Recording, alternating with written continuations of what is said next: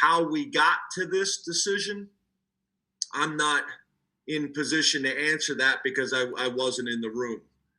But I do know when you make a decision of this magnitude that affects so many people on such a significant level, maybe the most important decision in the history of the Big Ten, it wasn't made in ambiguity. It wasn't vague. There's no way we made this decision without everybody being clear on what the decision was.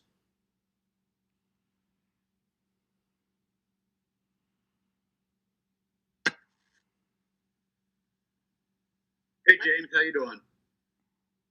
Good. Hey, Mike. You talk a lot about unintended consequences. Hey, Mike, real quick, did you guys hear all that, or am I breaking it out because I didn't hear the question being asked to you? Did you guys hear all that? Okay. Everybody but Ben Jones is shaking their head yes, so I'm hoping you did. So everyone's on brand. You talk a lot about unintended consequences. What does it mean if 3 of the Power 5 play and you don't in the fall? And what does it mean if you don't play in the spring vis-a-vis those other 3? Yeah, there's obviously this decision isn't just playing in the fall. It's going to impact a lot of different things. It'll impact recruiting. If we're playing and they're out recruiting, that's going to have an impact, a long-term impact. If we have our rosters at over 85 and they have their rosters at only 85, that's going to have an impact. I saw a decision that was on social media that came out last night that said, we're only going to get 12 hours right now to work with our team when everybody else is practicing. I think right now, if you look at, certain teams that we're competing with nationally, they got 20 more practice opportunities right now when you count spring ball and the summer that we've had. So, it's going to have much more of an impact than just not playing this fall. And how quickly can we get back to normal operations? So the decisions we make have to be not only the impact that it has on the short term, but how can we limit the impact of the long term? And I think that's where I think coaches are very valuable in this process, because coaches are always thinking like that. They're thinking short term and they're thinking long term. And I think that's where we help in the process of the decision-making process to understand what we're doing and truly the impact of it. So, Mike, yeah, I agree with you. It's not as simple as maybe some people think, that it's just going to impact this fall. Depending on how this all plays out, what happens with other conferences, what happens with us, our Big Ten and specifically Penn State, it's going to be more significant than that. So I think that's the real challenge, Mike, is how do we find a way to make this decision as least negatively impactful as we can. Do you have me now, Coach? Can you hear me? Yes. Okay. Greg Pickle, Penn Live. Hey, James, how you doing? Hey, Greg.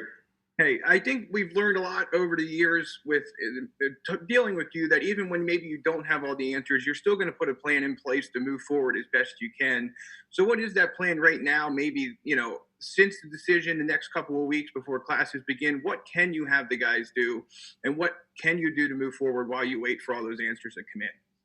Well, I think that's where the problem has been, Greg, is, like I said, it's hard to get up in front of the team and set the plan and the vision when literally I just found out last night, what we're able to do and the amount of hours we're able to do. So it's hard for me to set a plan for the team and set a plan for my staff when I didn't know what type of access we were going to have. We put a plan together, but it was based on 20 hours. I don't agree at all with the 12 hours. That makes no sense, that other teams are going to be playing a season and we're only going to get to work with our guys for 12 hours. The problem is when we vote on these things, you got voting from basically everybody from all the different conferences. And right now, the only people voting in what's in the best interest of the Big Ten is the people from the Big Ten. So, it's a little bit of a challenge in how we do things when, just like me, I'm not sitting here. I'm sitting here wishing what's best for college football. I'm not sitting here wishing what's best for the Big Ten. I'm not sitting here wishing what's best for just our athletes here at Penn State. I'm wishing what's best for the athletes across the country, across conferences. So I can't understand how us being able to work with our student athletes for 12 hours when other people are getting the full season, how that's in the best interest of college football, how that's in the best interest of our student athletes, how that's in the best interest of the Big Ten and specifically at Penn State. So that's been the challenge with all of this is coming up with a plan to move forward and get everybody excited and driven towards that plan when you're dependent on so many others that may not understand the consequences of the decisions they're making.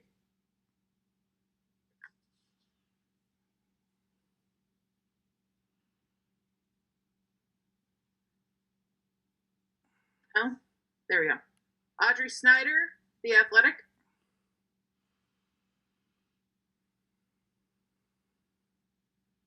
Audrey? He's muted. You got me now? Yeah, Yep. we got Okay, thanks. James, going off of everything that you've said about all these unknowns, you mentioned last week about potentially playing in domes in the spring. I mean, what do you think is the feasibility of a spring season, and what kind of concern would you have then with the turnaround time from spring to fall 2021?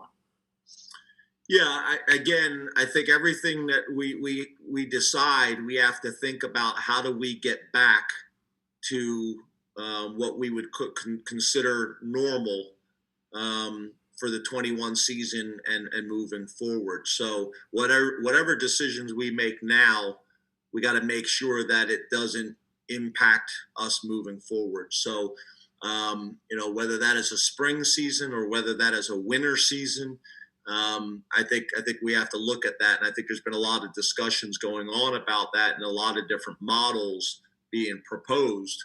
But I think the importance from my perspective is we have to make sure that if we go with a model, that the model has the least amount of impact moving forward. So, I'm open to playing. I think you guys have known that from the beginning. As long as we can do it in a way that keeps our student athletes safe and healthy and protected. And I think that's what was frustrating when we got shut down, is we basically just got done practicing for a week.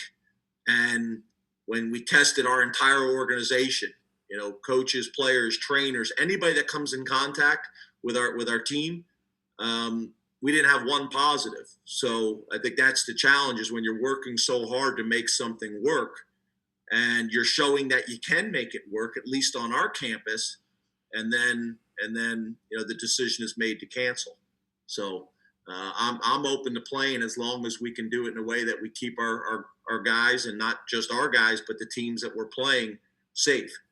And if we can find a way to do that, which I think there are some models that I've been very vocal about, then hopefully we can make it work. Elton Hayes, CNHI, Pennsylvania. Good morning, Coach. Good to see you. Hope you and your family are doing well. You too, Elton. Coach, I wanted to ask you, I know a lot of the players have been vocal on social media, obviously disappointed by the decision that was handed down last week. Like you said, they would practice just just the day before, with the idea that they were going to start the season soon, and having to be let down like that. Coach, in conversations with these guys and with their parents, what are you saying to them to kind of keep them motivated when there's so much uncertainty out there right now? Well, I think that's again the challenges that we face as coaches is, we have a responsibility to fight for our players and to fight for our parents and to fight for our program. And we have to do that in a way that keeps everybody focused on what we're trying to achieve. But then we also have to do it in a way that aligns with the university and that aligns with the Big Ten and that aligns nationally. And that's more challenging than you could imagine. And I'm a chain of command guy, and I'm a loyal guy, and that's a difficult thing to do. Is how do you work hard to represent all those separate entities and do it in a way that no one gets rubbed the wrong way. And the challenge is I don't know if that's possible right now. You're gonna rub someone the wrong way, but ultimately my responsibility has to be to my players and my parents and my program, and try to do that in a way that the reality is if I'm doing the right thing for those people in that group, it should also be the right thing for our university, and it should be the right thing for the Big Ten, and it should be the right thing for college football. Mark Brennan, Lions 24/7. James, thank you for doing this today. I appreciate it. Thank you, Mark. Appreciate you, buddy. The decision that you and your family made for you to be up in State College and them in Florida, how difficult was that? And how difficult was it for you going through all this stuff without your family to kind of lean on? Because I know how important. I hope I'm not being too personal here, but I think people would be interested in, because it's a unique situation. Well, let me lead by this, that, I also know that we're fortunate and blessed to have a separate residence that we could make that choice, so I do want to lead with that because not everybody has that opportunity. But yeah, it's challenging. I got 12 and 13-year-old daughters that I don't get to spend enough time with as it is. And I just want to make sure everybody understands, the reason that we made that decision is my youngest daughter has sickle cell disease, which obviously with this new virus and not completely understanding this new virus, we don't have the information or the data of how it would affect, my daughter. So, as a family, we're going to do everything we possibly can to keep our kids safe. No different than I'm trying to do the same thing within my organization. So, we made the decision, but it's not been easy, and probably more so on my daughters than anything. So, when we decided to cancel, the season, I decided that I was going to, go see them because the plan was I wasn't going to be able to go visit them at all during the season, and they weren't going to come be able to visit me because, we couldn't quarantine appropriately to make sure everybody's safe. So, what I ended up doing was waiting for my COVID test to come back. And I think my COVID test came back negative at like 6 o'clock. I want to say on Monday, and I jumped in the car right at that moment. And once the test came back negative, I jumped in the car and drove from 6 at night till 6:30 in the morning to try to spend a few days with my daughters before coming back to Penn State and quarantining again and getting back to work. So, it just had been an emotional roller coaster for our staff and for our players. So I gave everybody, the time off to go hug their moms, to go, hug their dads or their brothers and sisters, go spend some time. And then once we find out what the new plan is, get back to work again. But that means us coming back, getting tested again, quarantining again, and obviously feedback from some of the parents and the majority of the parents that they felt like our players were safer at Penn State, and we had a number of players that decided to do that stayed in State College. We got a number of staff members that decided to do that and stay in State College. So that's been the challenge with all of this. It's personal and professional for all of us. Johnny Collins, Times Tribune. Hey, James, thanks for doing this, and it's good to hear from you. You too, Donnie. We've seen the petitions from some of the players to play, the letters from the parents demanding answers, and I'm wondering how you hope those kind of move the conversation along in a positive way for them, and do you see any scenario where they might change minds?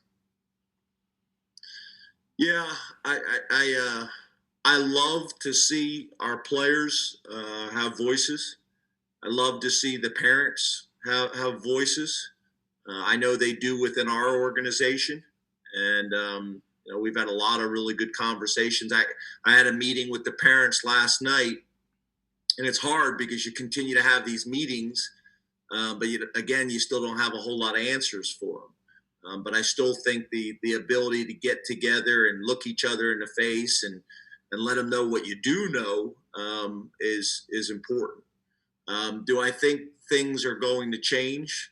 I don't think we're going to go back to a fall season. I don't think that's going to happen. I don't think the petitions and the voices are going to allow us to go back and say, we're going to play this fall. I wish that was the case, but I don't see that happening.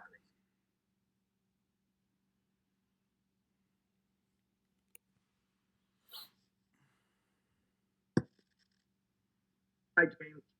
Chris, I couldn't hear you again. James, thanks for your time today. I'm glad to hear that your family as well. You too, Rick. Following up on Donnie's question, do you believe that the voices of the coaches in the Big Ten, the parents, and especially the players have been heard by the Big Ten leadership who made this decision? Yeah, I think they have now. I don't know if they were heard clearly before the decision. I think that's fair to say. I think they've been heard now, but I don't know if they were heard before the decision was made. Adam, You're muted, Rich. hold on. You're muted, Rich. Hold on, Rich. Okay. Go ahead, Rich. James, is that one of your greatest frustrations with this? Is that their voices weren't heard before the decision was made? Well, I guess what I would say is, I can speak for my organization. The way for me to make the best decisions for Penn State football is to hear my coach's perspective, is to hear my staff's perspective, is to hear my players' perspective, to hear from my administration, Scott Sidwell and Sandy Barber, and when appropriate, the parents. I wouldn't say it happens, for decisions within the program, but major decisions that it would be. So I guess what I'm saying is, for me to make the best decisions for the organization and not have blind spots, I need to hear from all those different groups when appropriate and when feasible. And I know within our organization, that's how we do it.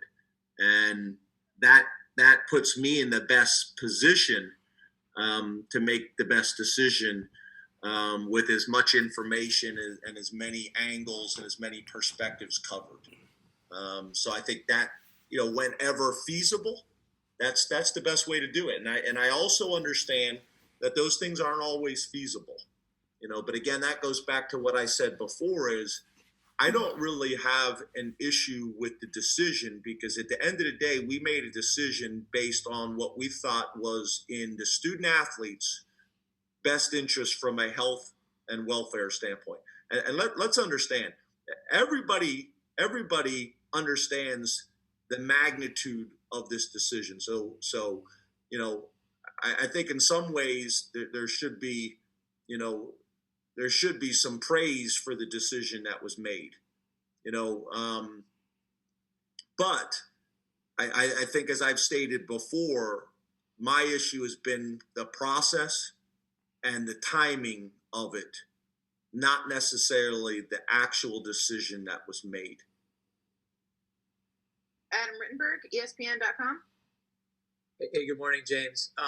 Kind of similar to Rich's question. I'm just wondering what direct communication has the coaches had with Commissioner Warren before and after the decision? Because obviously there doesn't seem to have been a lot. And I'm just wondering what you can share about the direct communication between, because obviously he has responsibilities to the presidents and the ADs, but how much was there actually communication with the coaches? Yeah, I think as a conference, we do a pretty good job. And I think you guys know I got somewhat of a unique experience because I've been a head coach in two major conferences. So I think the amount of communication that we have had before and after has been pretty good.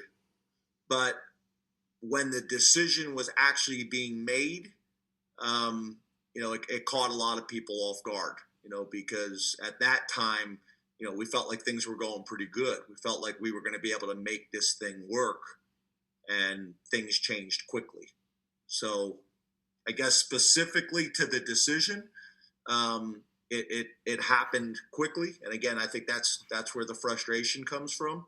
The decision came before everybody being able to get on board with it and understanding it, so you could get up in front of your team and get up in front of your parents and say, this is the decision that's been made, and this is why, and I understand it, and that I think would have been helpful.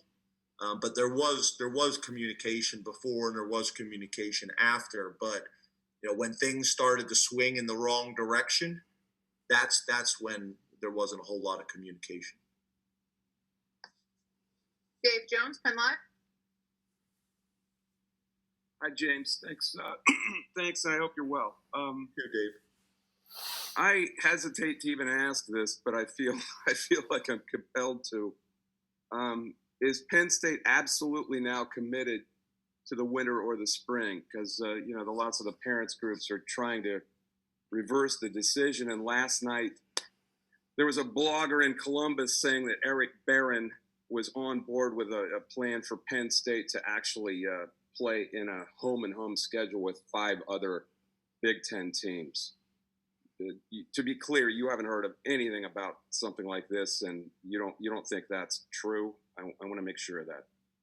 You said a blogger? Is that what you said? Yeah, a guy named Jeff Snook. He used to write for the Palm Beach Post, and he's got a lot of Ohio State connections now. I don't believe he works for anyone in particular now. Yeah, I have not heard anything about that plan and that model. But let me also say this, Dave. When I made the statement that I did about exhausting every opportunity to play, for my team and for my parents and for our staff and for our players, that's really what I was talking about, and I brought that up months earlier, that, there could be a situation where certain teams, may be able to make this thing work and other teams wouldn't, based on state rules and guidelines and how the university is handling it and their plan. So that's what I was talking about at that time, that the Big Ten may have a decision to make. Do they allow teams for a year to play outside of the conference? Because it was not going to be the same. I had mentioned some programs and people got upset with the programs I was mentioning, and I wasn't, mentioning any specific programs for a reason. I was just saying, Nebraska's challenges may be different than Penn State's challenges, compared to Rutgers' challenges, compared to Wisconsin's challenges, just based on, the demographics. But specifically to your question, I have not heard anything about that. Within the Big Ten, I have not heard anything about that in reference to Penn State. I haven't heard anything about that, but I just, I thought I would also add that point and clarify, what I was talking about earlier. Tobias Wilborn, Pittsburgh Post-Gazette. Hey, Coach Franklin, how are you doing, man? Good, Tobias. Hey, thanks for doing this. Question I have is, possibly with the pod situation, that would still mean potentially no home games. at Beaver Stadium, if any, could you repeat that? I'm sorry, I lost you there for a I'm second. sorry, my computer broke up. What I was saying was, if the pod situation goes, there could still possibly not be home games at Beaver Stadium. What, if any, responsibility does the athletic department or university have to the community that's trying to get through during these tough times, hoping for maybe some spring football? Yeah, when you said pod situations, I'm not familiar with. Oh, I mean like the domes. I'm sorry, the dome. People were talking about. Yeah. Okay. Yeah. I think obviously all these things are factoring in. You know, I will tell you this: as the head football coach at Penn State, you know, I carry a weight with me, not just for my players and our coaches and our staff. I also carry the weight of the athletic department. I know that the success of Penn State football impacts more than just Penn State football. That's 31 sports. I also know the impact it has on the community. I feel ingrained in this community. I go on my little walks through town and, you know, up Beaver and down College or vice versa. And I feel the weight of that I know that Penn State football has a significant impact, you know, on the community, on the people in our community, on the businesses in the community. And I recognize that. And all those things, when I talk about the impacts of the decisions we make, they're more than just, you know, playing the game of football. It's our players' passion, and it's their dream to not only have an unbelievable college experience, but for some of them to play in the NFL as well. So there's so many things that factor into this. But again, we're at a point right now that we got to do everything we possibly can to save the 2020 season and do it in a way that's not going to impact or have the least amount of impact on the 21 season. So yeah, in a perfect world, would you love to have games in Beaver Stadium this winter, and be able to have fans there and be able to help the local economy? Yes, without a doubt, 100%. But based on all the information we have, I don't know how realistic that is right now. And then obviously the challenges that we have in the Big Ten, you know, that time of year is weather. You know, it's funny because you say the fall and you say in the spring, but in this part of the country, the fall is more like the spring, and the spring is more like the fall when it comes to weather. So the domes provide an opportunity for consistency from a weather standpoint, and I think it also just helps with kind of the routine that, you know, these domes, you know, get used to working with the Big Ten and how we make it work. And you don't have, you know, TV flying all over the country. They're able to set up, you know, as a basically a home base in these cities and make it work. So, you know, we're just at a point right now that we're trying to find any way we possibly can to make 20 work and do it in a way that it doesn't have impact on 21. But we're very aware of all the things that it impacts. Mark Wogenrich, SI.com. Hey, James, how are you? Really appreciate your time. You too, Mark. What did you consider your team's potential for a 2020 season, and how different do you think your team might look for a potential 2021 winter season, considering the options of opt-outs for the NFL draft, things like that? Yeah, I think that's, you know, obviously that's been probably one of the frustrations for a lot of our players and the parents, and I know our staff and coaches. I mean, you know, we had a chance to be pretty good. I think we were preseason ranked inside the top 10 on almost everybody's chart, and you know, we were standing out there those first couple days of practice, and I'm looking around, and we got a good looking team. You know, we're big, we're long, we're lean. You know, we got a bunch of guys that are over 300 pounds that look like they're 270, 260. You know, we're fast, we're athletic. Yeah, so, you know, and then we had difference makers on both sides of the ball.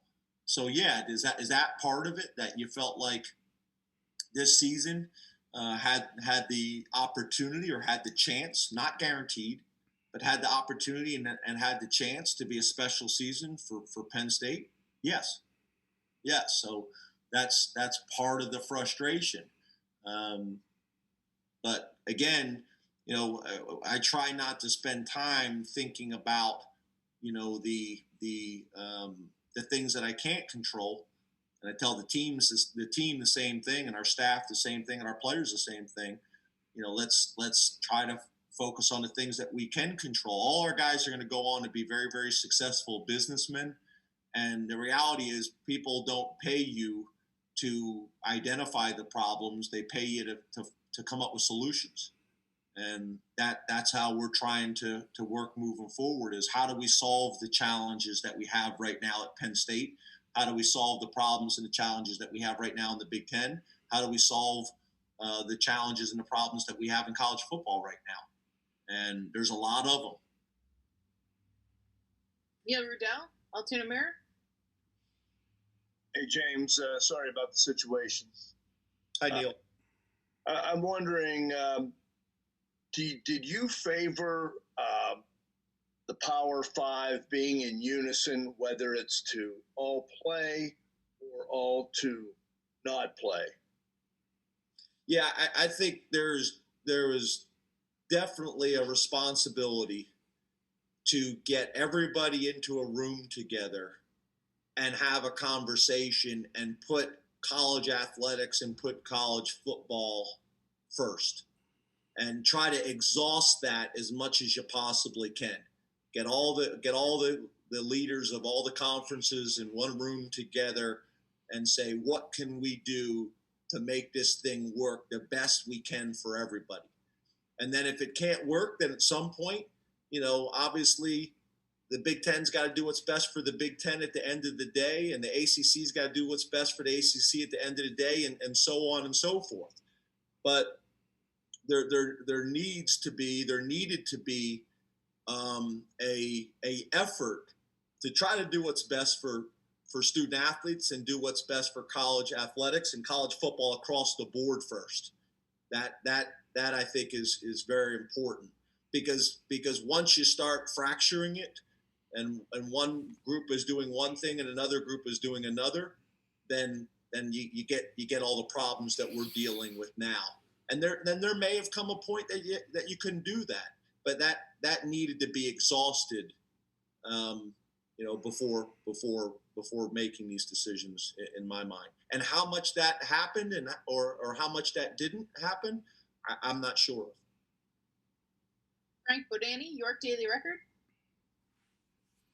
Hi, good morning, James. As far as a spring semester season, can you give us a couple of particulars from your opinion on what would need to have to make it work the best way? Is there a couple things you really believe need to happen to make that type of a winter spring season work well? Yeah, I think it needs to be more of a winter season than a spring season. I think the later you go into the year, again, that's going to start to impact, the following season.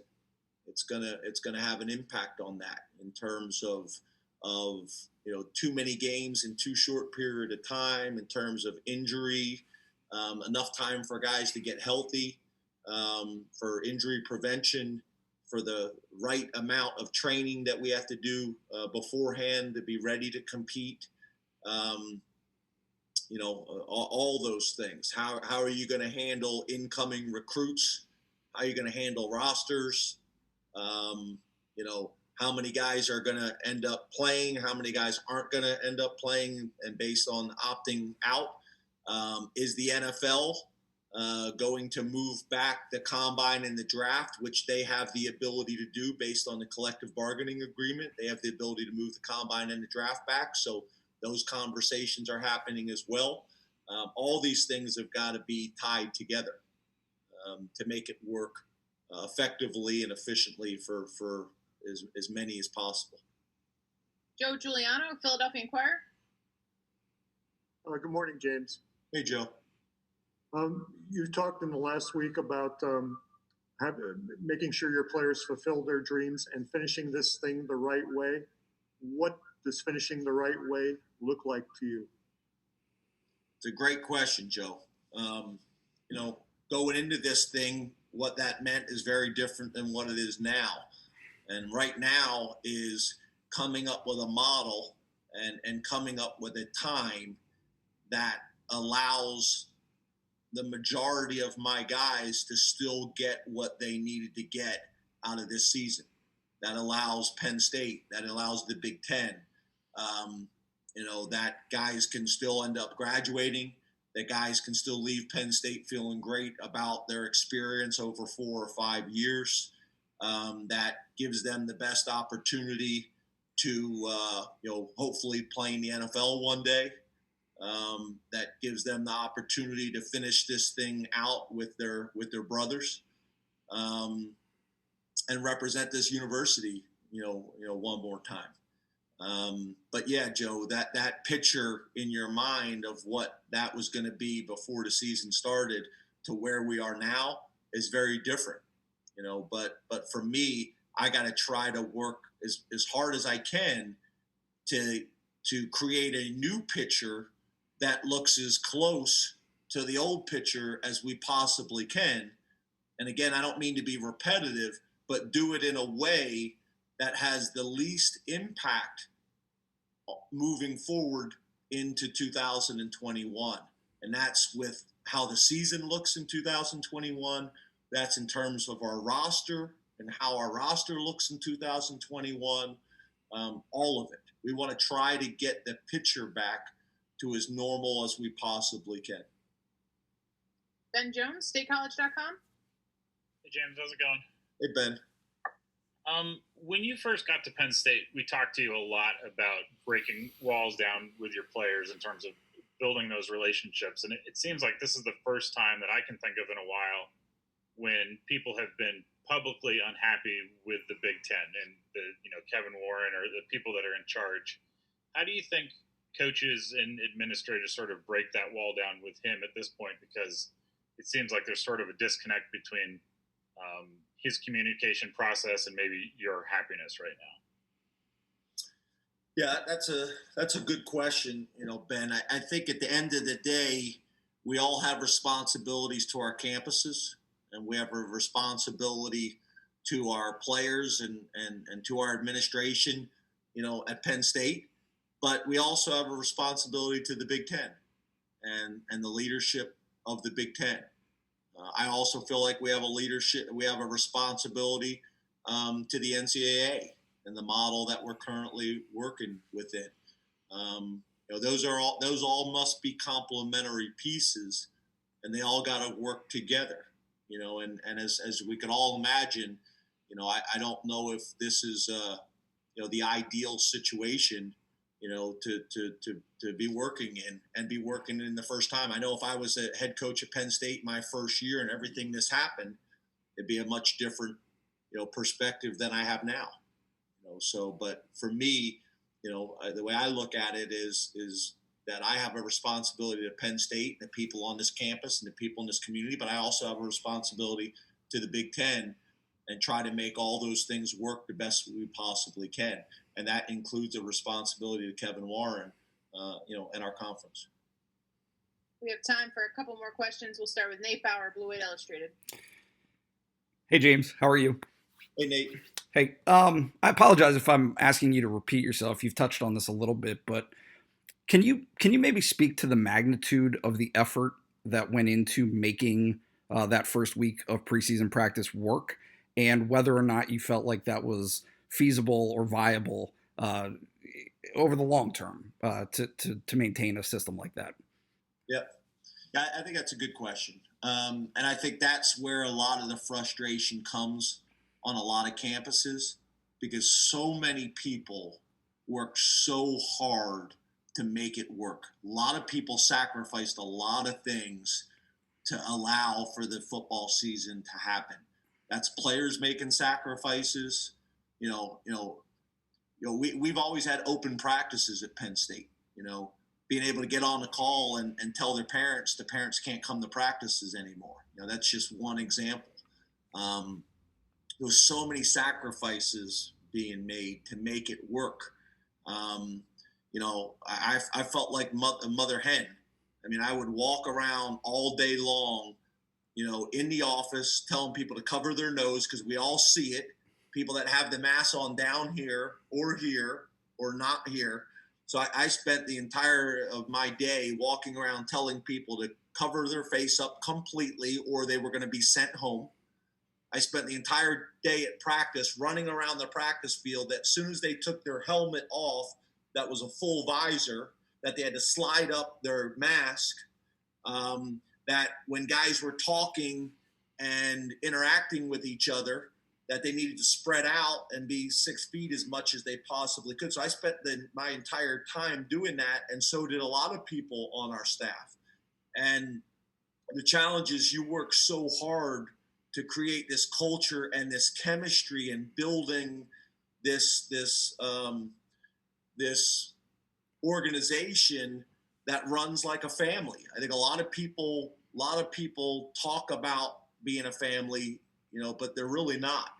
And we have gotten to an unbelievable place as an organization, and we've worked to build these habits, and now we're trying to break them all down. How people interact. It was challenging, but we made those decisions and we made those sacrifices, and it was working. It was working really well, and we weren't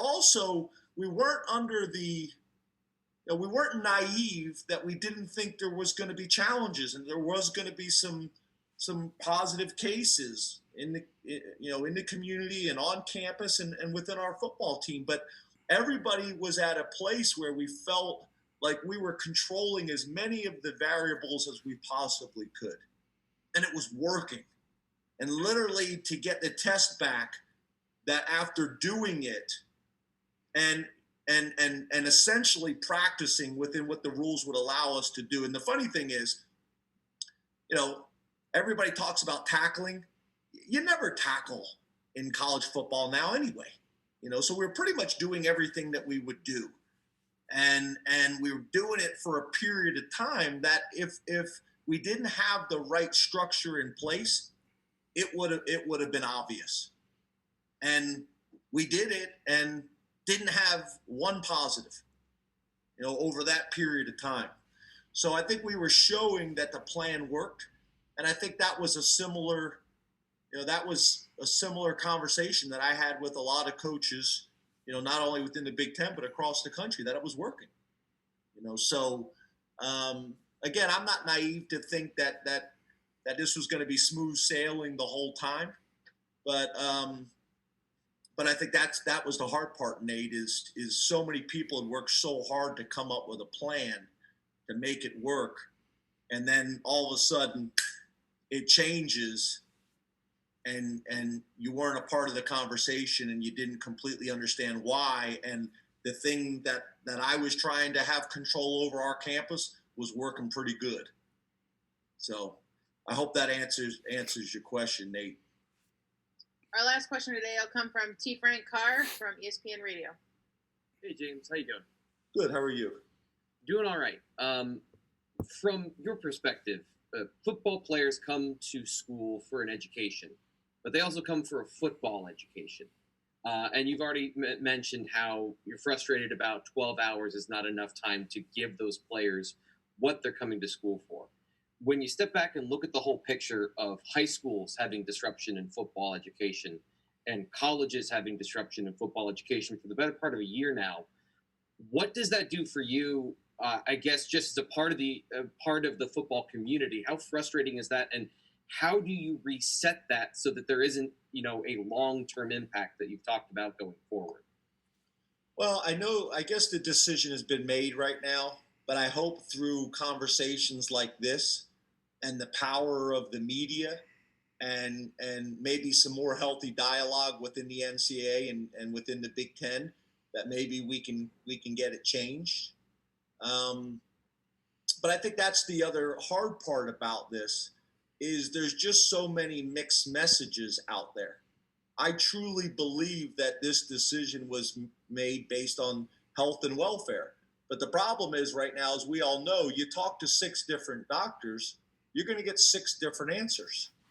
And then the other challenge is, I was talking to Pat Chambers the other day on the phone, and he was taking his son, to Little League football practice. And he was telling me there's 130 kids out there at Little League football practice. And I think we got more resources and a plan to keep our guys safe. So when you're talking to basketball coaches and you hear about what's going on in AAU basketball and gyms, and that's the challenge, is the inconsistency that you feel and that you see, and that's what makes it so difficult to understand. And that's what makes it so difficult is you hear certain conferences talking about, the decisions that they're making based on the medical people they're talking to, and then the decisions that we're making, and then how one conference is getting to work with their guys like a full football season, and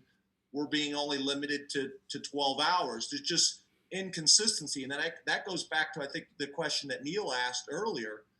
As much as you can keep this thing similar, that every college student athlete across the country is having as similar of an experience as possible, I think that's in the best interest of college athletics. I think that's in the best interest of the student athletes. That the NCAA that I grew up with was about trying to create as level of a playing field as you possibly could create. And right now we're not living within those times. The times are very different right now. And I think that's challenging, especially at a time when people can get on the internet or on social media and consume so much information so quickly. That makes it real challenging when you're living under these circumstances and you can get on the internet or get on social media and actually watch another team practicing or scrimmaging, having a live scrimmage in their stadium. The inconsistency, I think, is the hard part for everybody. That's all the time we have for Coach Franklin today. Appreciate everybody's time popping in this morning, and appreciate your time, Coach. Stay safe. Thanks, guys. I appreciate everybody. I also want to thank Chris Peterson, all you guys. I think there's been a great deal of access to our players and our staff during this time period. I hope you guys feel like it's been more than most. I know it's never enough, but I hope you guys feel like it was more than most. And Chris Peterson and Greg Kincaid, I appreciate you organizing that. So everybody stay safe and stay healthy. And I wish everybody the best. And I look forward to getting back and being able to see Rich Scarcella's face up and close and live. I don't necessarily feel that way about everybody, but I do feel that way about most. Have a great day, guys.